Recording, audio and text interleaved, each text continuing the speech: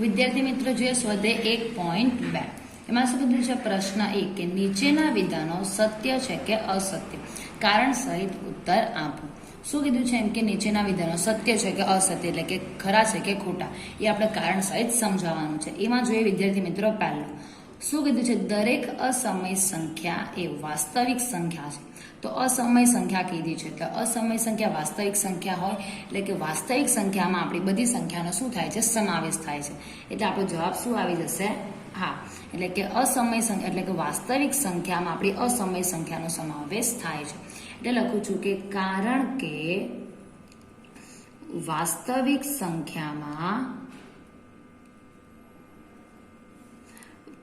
બધી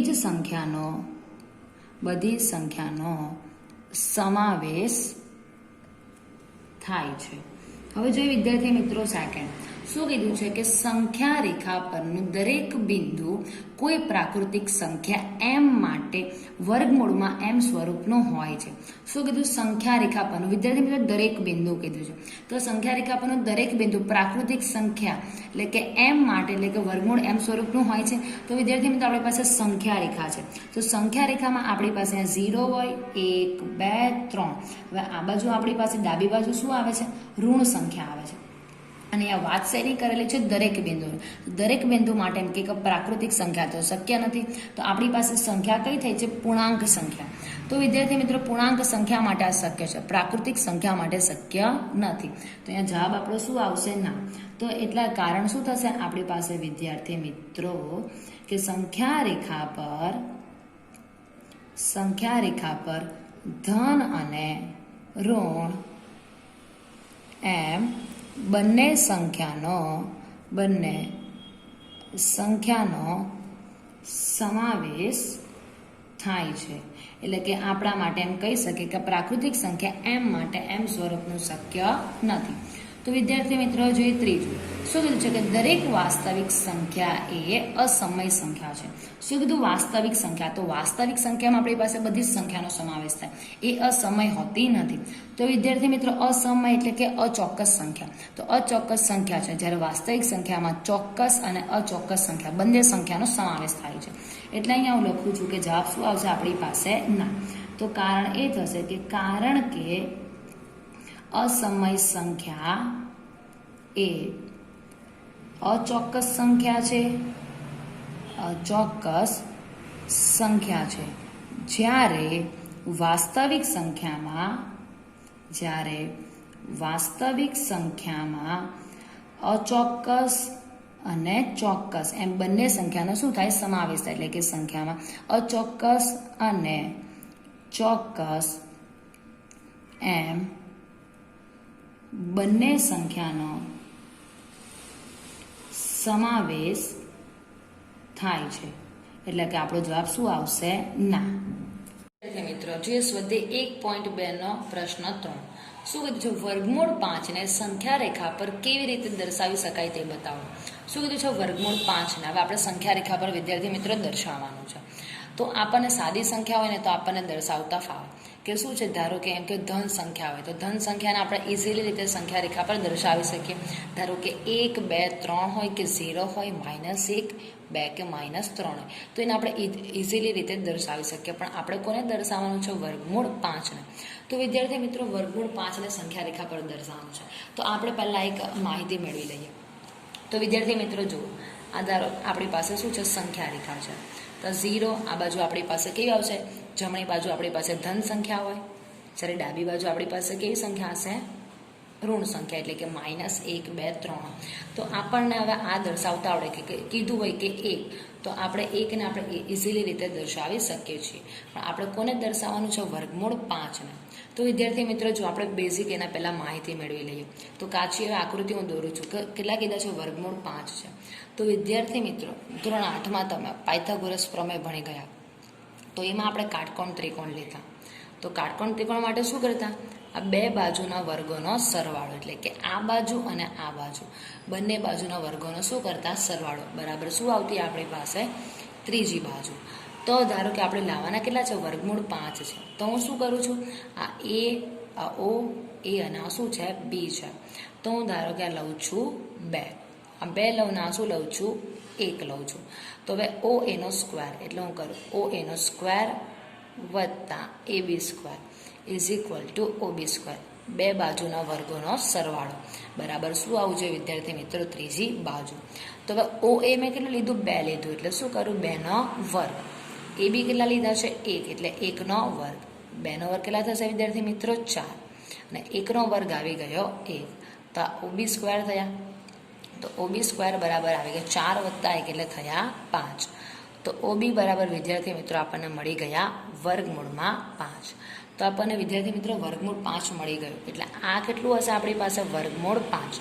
તો હું શું કરું છું 0 થી 2માં એટલે કે વિદ્યાર્થી મિત્રો જોઈએ અહીંયા કે આ જે આપણી પાસે કેટલું આપેલું છે? 2 એકમ છે. તો આ અંતરનું શું લઈ લઉં? 2 એકમ લઉં. હવે ત્યાંથી અહીંયા આપણે કેટલું લેવાનું છે? 1.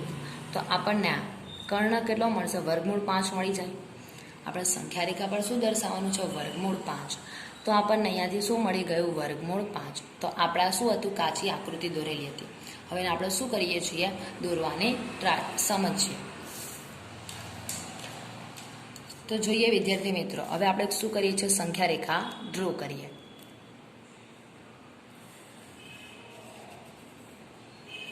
અહીંયા આપણે 0 થી લઈએ. 0 1 2 3 4. તો વિદ્યાર્થી મિત્રો જુઓ આ 0 1 2 3 4. તો એ રીતે આપણે આ બાજુ કઈ આવશે? ઋણ સંખ્યા આવશે. તો હવે જોઈએ છીએ અહીંયાથી શું કીધું છે? હવે અહીંયા આપણે 0 થી 2 એકમ. તો આટલું એકમ કેટલા લઈ લઉં છું? 2. તો આપણી પાસે 2 આવી ગયા. તો હવે એ જ રીતે હમણાં આપણે જોયું તેમ ઉપરની તરફ કેટલા લીધેલા? 1 સામે.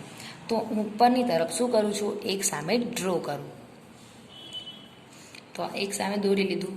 તો હવે અહીંયાથી અહીંયા આપણે શું કરવાનું છે? દોરવાનું છે. એટલે આપણે આ કેટલા મળશે? વર્ગમૂળમાં 5. હમણાં આપણે પાયથાગોરસ પ્રમાણે જોયું તેમ.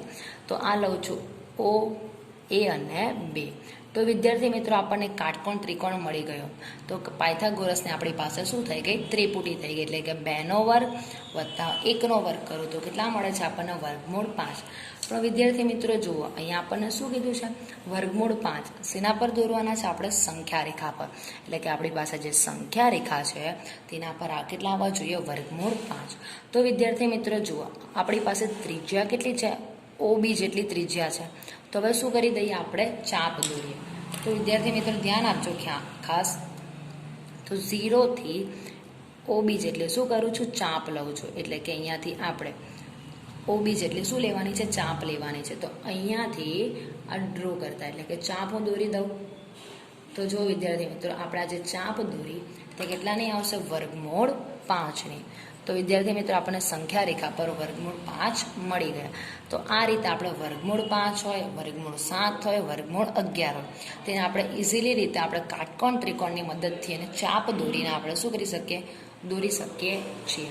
તો વિદ્યાર્થી મિત્રો હવે આપણે જે દોર્યું છે તેનું શું કરવાનું છે? હવે આપણે એના મુદ્દા લખવાના છે. તો વિદ્યાર્થી મિત્રો ધ્યાન આપજો કે મુદ્દા લખીએ. તો મુદ્દામાં હવે આપણે સૌપ્રથમ પહેલાં શું કર્યું? આપણે સંખ્યા રેખા દોરી છે. તો હું લખું કે સૌપ્રથમ એક સંખ્યા રેખા દોરો. સંખ્યા રેખા દોરો જેમાં આપણે શું નામ આપવાનું છે? 0 1 2 3 4. એ જ રીતે તમે -1 આપો, -2 આપો, -3 આપો તો પણ ચાલે. તો હું લખું છું કે સંખ્યા રેખા પર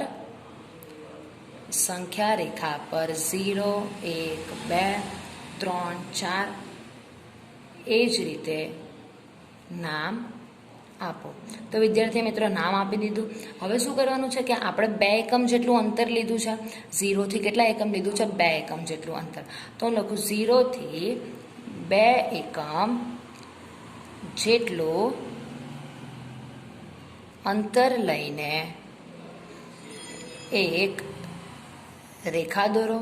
એટલે કે આપણે જે સંખ્યા રેખા દોરી છે એટલે એને શું કરી દેવાની? ડાર્ક કરી દેવાની. એટલે કે આપણને ખબર પડે. તો 0 થી 2 એકમ જેટલું મેં શું લીધું છે? અંતર લીધું છે. જેને આપણે શું નામ આપી દઈએ છીએ? અહીંયા A નામ આપેલું છે અને જે અહીંયા છેદે આપણે શું નામ આપેલું છે?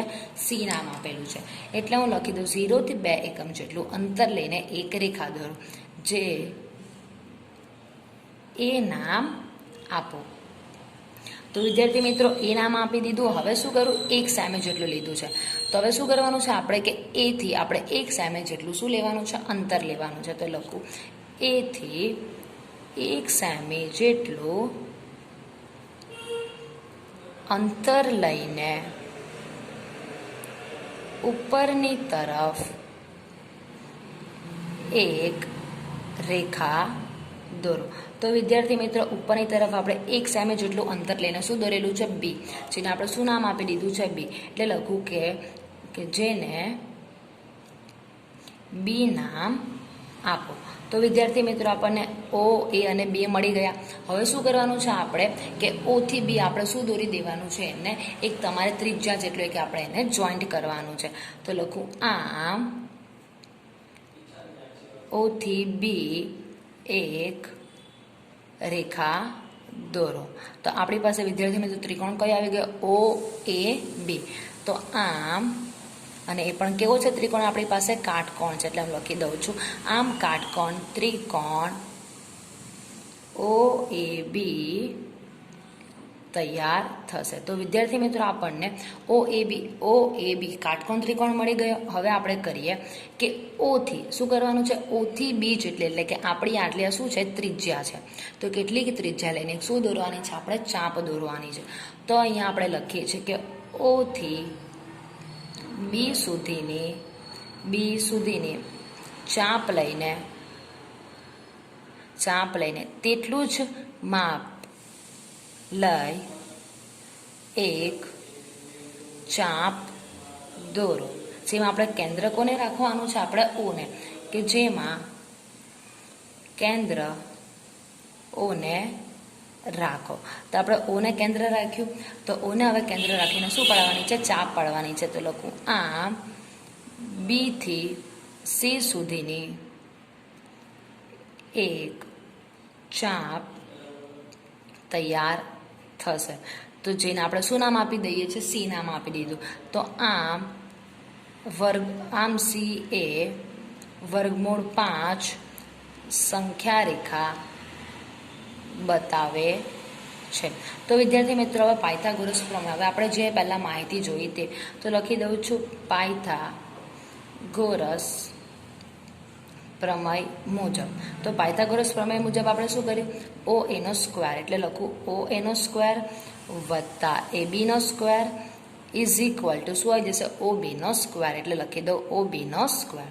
તો ઓ એ આપણી પાસે કેટલા છે, 2, એટલે આવી ગયા 2 એકમ. અહીંયા આપણી પાસે 1 આવી જશે, એટલે કે 1નો વર્ગ છે.